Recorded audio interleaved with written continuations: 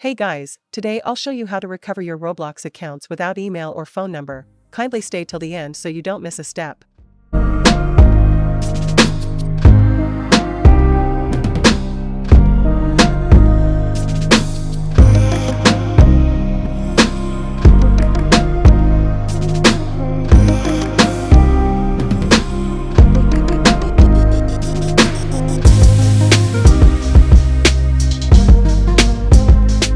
If you noticed at first we could not log into our Roblox account, this is because we have forgotten our Roblox password or our account was hacked. Now kindly go to any web browser of your choice.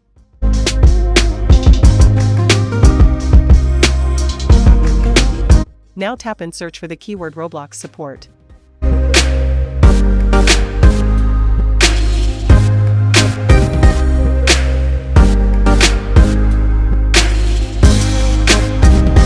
Select the first website.